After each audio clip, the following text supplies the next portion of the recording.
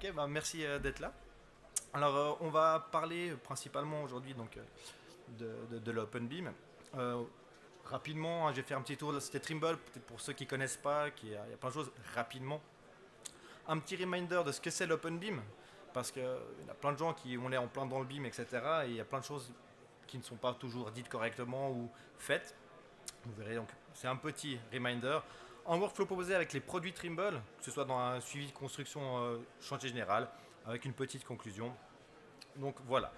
Donc voilà, Trimble, rapidement, c'est une société qui s'est créée en 1978 aux États-Unis, dans le Colorado. Donc la base initiale de ce secteur, c'était tout ce qui était géospatial. Et au fur et à mesure que les années passent, ils ont récupéré plusieurs domaines, que ce soit la construction, en règle générale, le transport et toujours donc les géospatiales. Ça, c'est les trois branches principales qu'offre Trimble en règle générale. Donc, quelques chiffres rapidement, on est plus de 12 000 employés dans cette société internationale, on est disponible dans plus de 40 pays et on a des clients dans plus de 100 pays directement concernés. On est en Suisse, le siège principal se trouve à Wädenswil, canton de Zurich. On est à peu près entre 30 et 40 personnes à travailler donc, pour l'entièreté de Trimble. Et notre directeur actuel, c'est Monsieur Rob Painter. Donc au cas où, si vous voyez passer des photos, c'est bien lui. Donc le petit reminder pour l'OpenBeam, concrètement. Donc à la base, qui avait créé l'OpenBeam et pourquoi, dans quel but? Donc l'initiateur, c'est Building Smart. C'était une organisation qui était fixée pour objectif de faciliter le dialogue, le partage de tout ce qui était de base construction, enfin, à la base construction, mais ça peut être plein d'autres choses, et de faciliter tout ce qui était le discours, le dialogue et le partage. Et ensuite, on a aussi surtout le Bâtir Digital Suisse. Je ne vous le dirai pas en allemand parce que mon accent n'est pas terrible, mais vous avez aussi la version donc allemandisée. Et eux, en fait, c'était une initiative qui était là surtout pour le domaine de la construction en Suisse. Et depuis 2016, c'est la branche de Building Smart pour toute la Suisse. Donc ça fonctionne un peu comme ça. Donc on reste toujours dans l'objectif de favoriser le partage et les échanges de la communication. Donc l'OpenBeam, il n'y a pas si longtemps que ça, j'en discutais encore avant, il n'y a pas si longtemps que ça, comment on travaillait? On s'échangeait des plans papier, on faisait des fax, des téléphones, etc. Puis est passé tout ce qui était logiciel informatique. On faisait des mails, on faisait des plans papier qu'on pouvait transmettre. Et au final, il y a beaucoup d'informations qui se perdent là-dedans, où on dit des choses à certaines personnes, pas d'autres. Et ça commence un peu à devenir un peu une catastrophe. Et l'objectif de l'OpenBeam, c'est que tout le monde puisse travailler, communiquer ensemble et aller tous dans la même direction sans perdre des informations, des données ou des questionnements. Donc, pour ça, il y a eu des formats qui ont pu être créés, que ce soit le format IFC pour tout ce qui est maquette numérique, BCF, tout ce qui est information et autres. Ok, vous allez me dire pourquoi on passe par là. Simplement, c'est pour simplifier le partage. Bon, j'aime bien dire souvent simplifier, mais avec une base neutre. Qu'importe avec ce qu'on travaille, il faut toujours avoir un principe où on se retrouve dans ce qu'on veut faire et ce qu'on va donner.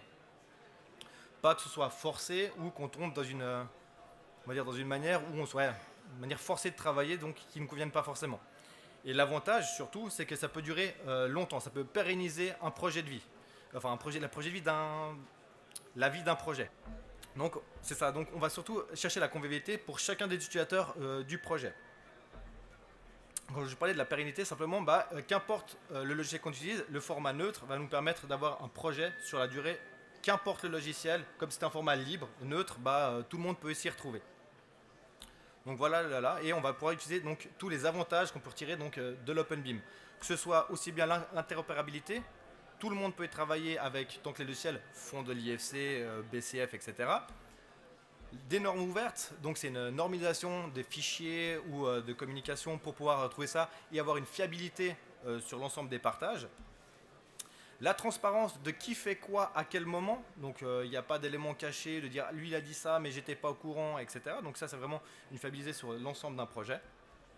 Et la durabilité, comme je vous l'avais annoncé, c'est simplement on a un fichier type neutre qui n'est pas lié à un logiciel qui va pouvoir peut-être fermer, être bloqué ou autre. Donc voilà en fait les principes d'OpenBeam. J'ai vulgarisé un peu ça bien sûr, hein, mais il y a plein d'autres fonctions et autres outils pour ça.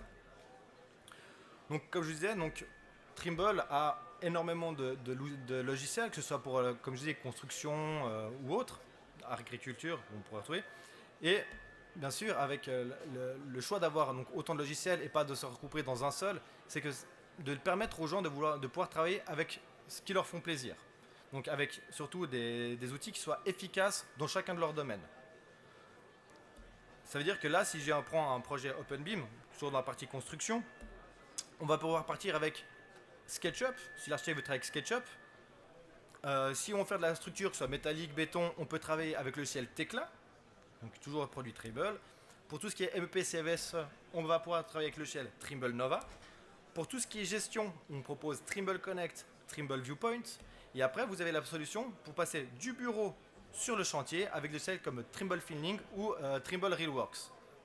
Donc après, on va voir un peu, c'est ça. Bien sûr, là je vous ai montré avec des produits Trimble, mais ça peut être n'importe quel autre produit, que ce soit chez Archicad, que ce soit pour RedCAD, qu'importe, ça fonctionne. Tous les projets IFC fonctionnent dans un projet OpenBeam. Donc, ça, c'est juste pour un cursus général. Les outils de gestion donc, permettent simplement une collaboration sur les maquettes numériques, que ce soit IFC ou autre. Sur ces fichiers, on peut avoir de la lecture, que ce soit fichier URL ou fichier annexé au projet. Ça, on peut également. Tout ce qui est ingénieur de collision, que ce soit sur des fichiers IFC, donc qu'importe quel métier vous allez travailler, que ce soit de la ventilation, de l'électricité, de la structure, vous pouvez avoir une structure de documents directs sur des logiciels de gestion. Donc là, pareil pour tout ce qui est collision, vous pouvez choisir quel type de métier, quel type de maquette, les collisions, et gérer tout ce qui est des gestionnaires collision, c'est-à-dire définir des marges supplémentaires ou pas. Donc ça, on peut proposer directement sur des maquettes OpenBeam IFC.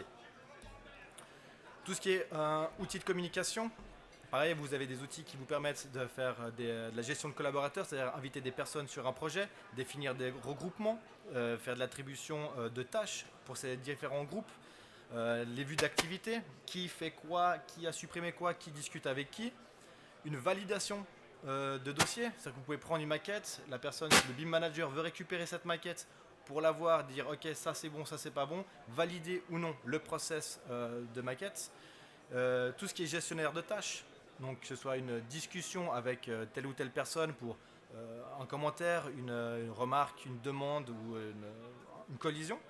Tout ça, bien sûr, c'est adaptable avec les outils de partage communication.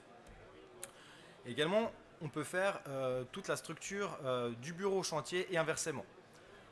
Donc simplement relever sur site où il y aurait des erreurs, les reporter sur une maquette et les lier via photo ou via événement. On peut également scanner toute une structure, que ce soit avant un projet pour tout ce qui est de manière de rénovation. On va récupérer des locaux, on va pouvoir redéfinir des plans avec ce nuage de points, que ce soit maquette 3D, plan 2D, pour un partage ensuite. On peut également faire des relevés de mesures. Alors, ce que je n'ai pas dit avec le relevé 3D, c'est que vous pouvez aussi faire un scan une fois que vous avez des locaux ouverts qui sont assez denses, assez conséquents. Vous faites un relevé nuage de points et vous pouvez faire un comparatif maquette et tel que construit, ce qui peut toujours éviter des erreurs ou voir où on en est. Vous avez également le relevé de mesures sur le terrain, c'est-à-dire que si vous avez passé par là devant, vous avez vu donc des outils qui sont là-bas sur notre stand, qui permettent de soit relever des points sur le chantier et les reporter concrètement réels sur votre maquette numérique, ou à l'inverse, poser des mesures sur la maquette numérique et les reporter directement sur le chantier. Ce qui permettrait de voir justement s'il y a des incohérences, s'il y a des choses qui sont concrètement justes ou fausses. Et on a également la possibilité d'avoir, avec des casques et des lunettes virtuelles, de pouvoir transposer la maquette sur un fonctionnement, donc sur un environnement réel. C'est-à-dire que là, si j'ai un local vide et je vois donc tout ce qui apparaît, tuyauterie, guet de ventilation ou autre, simplement je peux charger des maquettes numériques, les géolocaliser avec mes lunettes et avoir une maquette en réalité virtuelle sur un positionnement concret et réel du projet. Donc voilà un peu sur tout ce que vous pouvez retrouver donc, sur une maquette, un workflow, on va dire, projet, on va dire en pratique, donc de la construction jusqu'à sur le chantier et inversement. Donc, on va dire que, bon, cette conclusion, c'est rapidement dit. La conclusion, c'est que j'ai fait un discours, on va dire, au début, sur le reminder de OpenBeam, qui est déjà très ou trop connu. Tout le monde dit oui, c'est bon, je connais, on sait de quoi ce principe. Le problème, c'est que oui, tout le monde le dit, tout le monde le fait, mais il y a la réalité qu'il y a entre la réalité, la théorie et la pratique. Parce que sur le terrain, j'entends encore trop souvent dire, malheureusement, ah, je peux pas travailler avec ce logiciel, on me permet pas de, c'est très bien ce que vous faites, je peux pas, je dois travailler avec telle et telle manière ou avec tel et tel logiciel. Donc, c'est vrai,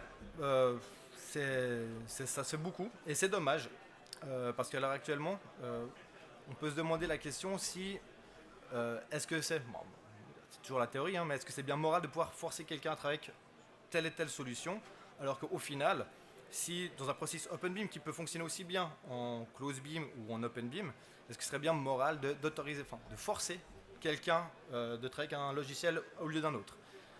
Surtout que avec certains logiciels, on peut rendre tout aussi bien ou mieux.